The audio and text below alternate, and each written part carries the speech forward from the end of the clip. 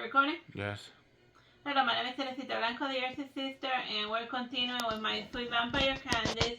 And this is chapter 9, the start of chapter 9, Jesu. 2 years passed uneventfully. During that time, Candice spent her time visiting sunset place to amuse herself. There was a Dave & Buster that was pretty big, and Candice enjoyed feeding quarters into random arcade games.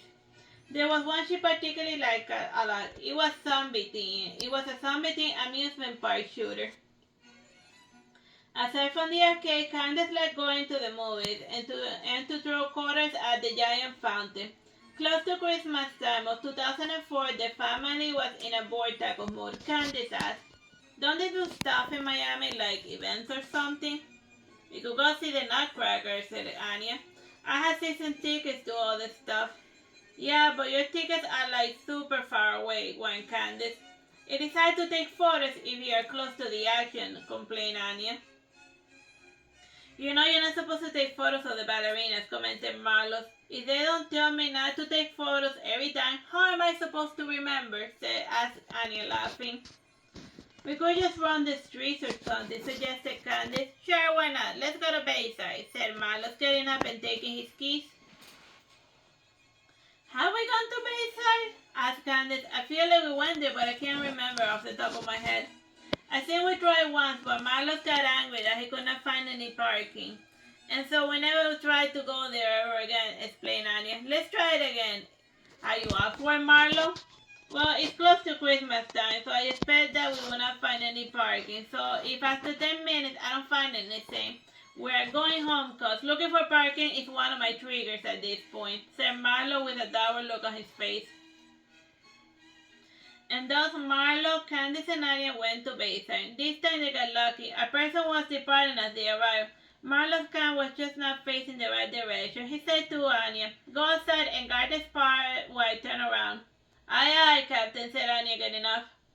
During the short interval, a different car saw the parking spot, and he went for it. Anya was blocking the spot, so the guy got out of the car to intimidate Anya. Anya did not back down. Marlo, who was now behind the other car, started honking and yelling, "Yo, fuckface, move your car!" The fellow turned to look at Marlo, and he saw his creepy visage, the golden eyes, and the sharp teeth.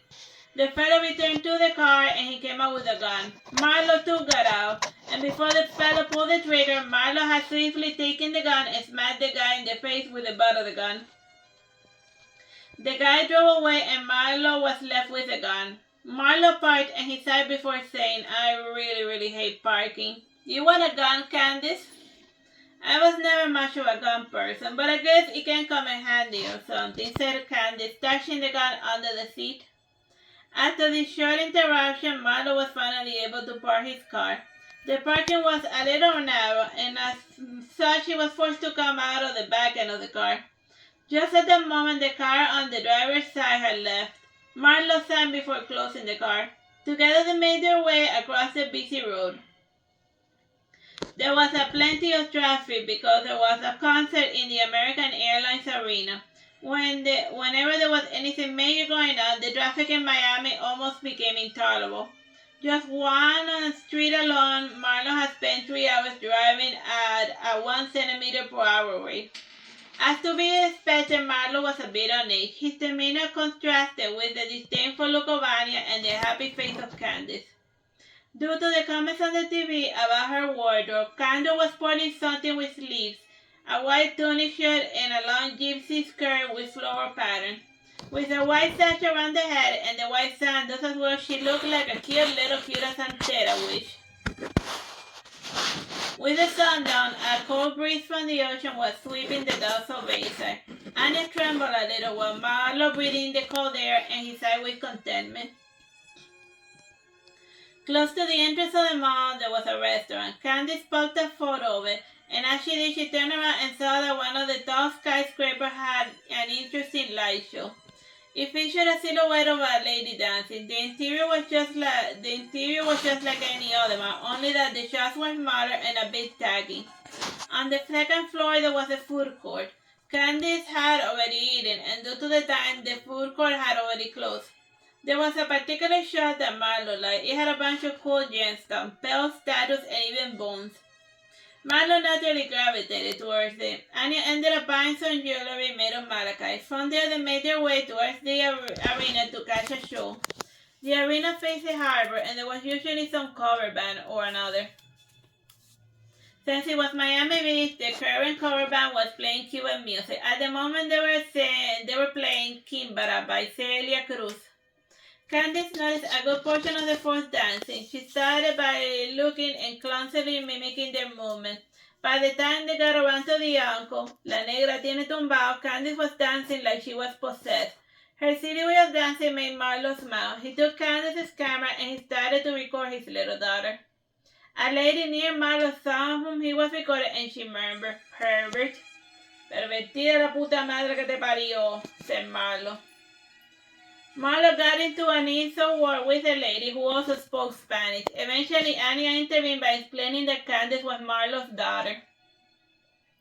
Not want to allow a stupid woman to ruin his night any further, Marlo got up from his seat and went to see the boats passing by. There was a particular small cruise that had a party. With the show over, the crowd made its way towards an open section of the harbor. From there, a boat was going to shoot fireworks. Candice wanted to follow along, but Marlo said to Candice, "I have a bad feeling about those fireworks." "Bad like how?" asked Candice. "Well, if Cassandra was here, she would be saying that this is going to be TH-17, explained Marlo. "That is not such a high number," said Candice. "Well, it is high. If you're a fellow who's not a determining factor," explained Marlo. "What is a determining factor?" asked Candice. "It is someone who is too important," explained Nadia, "like a main character." "I want to be a determining factor," pouted Candice. As they were walking back, Candice recognized a familiar face. It was Sofita, one of the reclusive nuns from the mountain of Martisor. Like Candice, she was a young vampire, only that she had been turned due to reasons she never liked elaborating.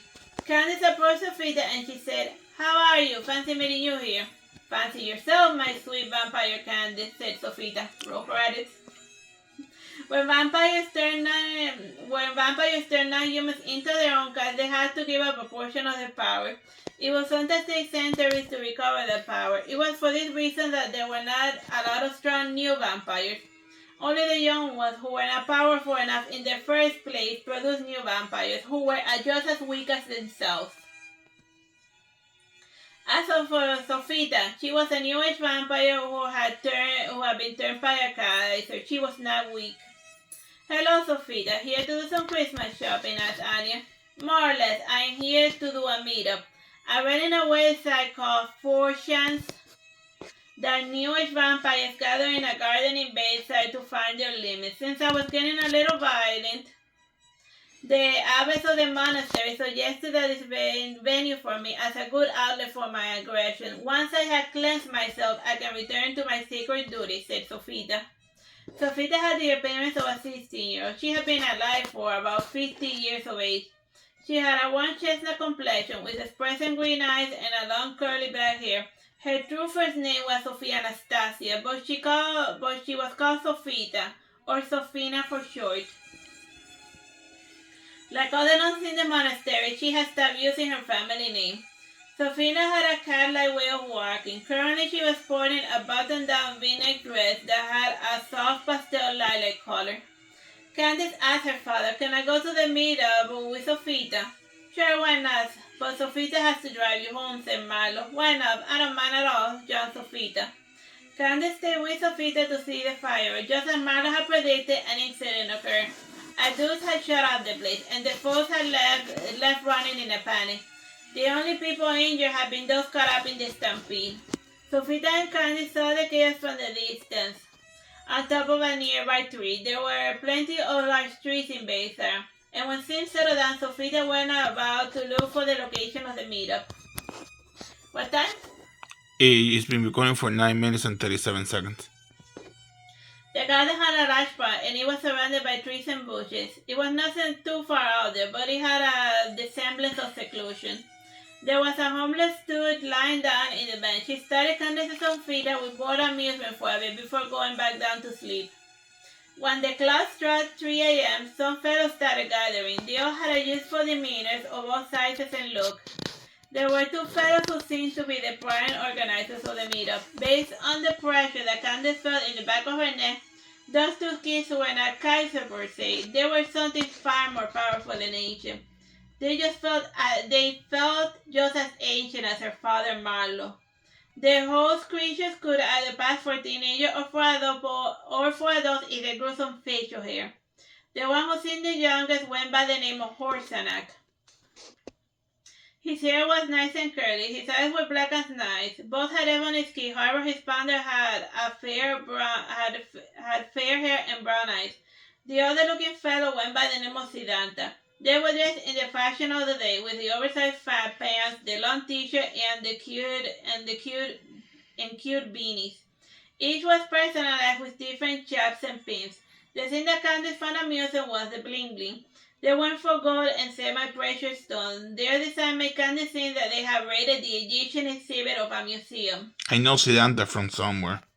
Siddhanta. I know him from another one of your books. Yeah.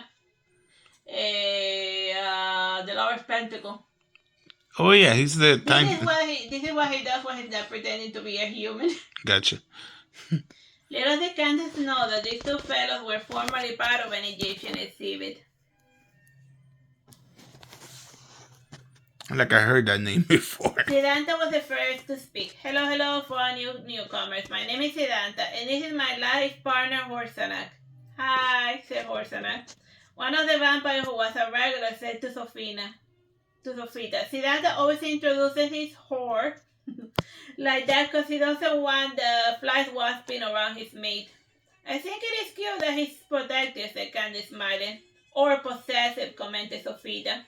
Anyhow, how many new folks do we have here today? asked Siddhanta. This time it was a sizable group, about 28 new fellows. These weren't starting from square one. Siddhanta frowned and said, "Well, whore, you arbiter the old chaps, and I will take care of the tutorial for the new kids." Fine, said Horsanak Johnny. Kids, pick your sparring partner, and don't forget to stop as soon as somebody cries, "Uncle." Candice and Sofita followed along with the new bed. Based on the pollution of the blood, Candice could smell that all the new fellows in the group had recently been turned. Sofita said to Candice, "All vampire lords train their kids. I am surprised that Marlo has not bothered you to teach you the basics. For him, the basic is how to walk, talk, and what fruits I'm allergic to, and how to keep a balanced nutrition, and what movies I'm going to see today," explained Candice. "I see. I'm quite surprised that such a belligerent vampire would raise such a sweet little thing," said Sofina with disappointment. "If it was up to my mother, I would never find myself in a hostile situation. But there are things that cannot be helped," sighed Candice. "Quiet down, children," said Siddhanta. "So let's do some basic grouping. Those who were turned by older vampires, stand over here, and those who were turned by new age vampires, go to this line." Candice stood in the middle, not knowing where to stand. Raising her hand, she said, "Teacher, I wasn't turned. My parents are vampires." "Then why the hell are you here?" asked Siddhanta. "Bored curiosity," said Candice. "I don't know my limits, and my mother doesn't fight. And my father doesn't want to train me because he thinks I'm a fragile little flower.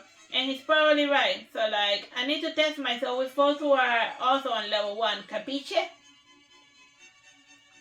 "Now that is most curious," said Siddhanta, raising an eyebrow. Smiling, he said, "Well, it is the first time for everything, and it is foolish to assume that everything is the same for everyone. Honey, go stand with the kids who were turned by older vampires. I think they will be a better fit for you." Candice went to stand beside Sofita. Giggling, Sofita said, "Last time we had a little skirmish, remember how I caved your nose in? That was super mean," whined Candice. "Well, you shouldn't have touched Maria," said Sofita, smiling. Maria was the name of her porcelain doll. Sofita always thought that Candice was a clumsy, stupid child.